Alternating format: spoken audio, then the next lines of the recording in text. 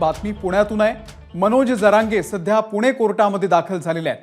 2013च्या फसवणूक प्रकरणामध्ये आज सुनावणी होणार आहे आणि त्यासाठी सध्या मनोज जरांगे पुणे कोर्टामध्ये हजर झालेले आहेत। जरांगे रुग्णवाहिकेनं या कोर्टामध्ये पोहोचलेले आहेत। 2013 मध्ये नाट्य निर्मात्याची फसवणूक केल्याचा त्यांच्यावरती आरोप आहे आणि त्याच प्रकरणामध्ये सध्या ही सुनावणी पुणे कोर्टामध्ये पार पडणार आहे। त्यासाठी आता मनोज जरांगे पुणे कोर्टात दाखल झालेले आहेत। रुग्णवाहिकेनं मनोज जरांगे सध्या कोर्टाच्या परिसरामध्ये दाखल झाल्याची ही दृश्य आपण बघतोय। मिकी घई अपडेट देतील। मिकी, अमोल, जर आपण बघितलं तर मनोज जरांगे पाटील हे पुण्यातील जे शिवाजीनगर येथील जे न्यायालय आहे त्या ठिकाणी हजर झालेले आहेत।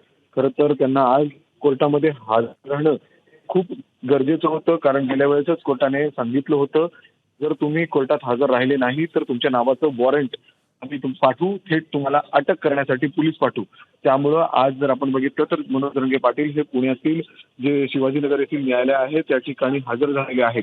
खरं तर हा संपूर्ण प्रकार जर आपण बघितला तर मनोज जरांगे पाटील यांनी त्यांच्या गावाला अर्थात तिथे जालना साईडला जे नाटक होते शंभूराजे या नाटकाचे काही प्रयोग जवळपास 6 प्रयोग त्या ठिकाणी करायचे ठरवलेले होते आणि हे प्रयोग झाल्यानंतर जे पैसे देणं अपेक्षित होतं जवळपास 30 लाख रुपये रक्कम, एक नाटकला 5 लाख रुपये अशा पद्धतीने ही रक्कम करण्यात आलेली होती आणि जवळपास 6 नाटक, परंतु त्यांनी जवळपास 5 ते 6 लाख रुपये दिलेले।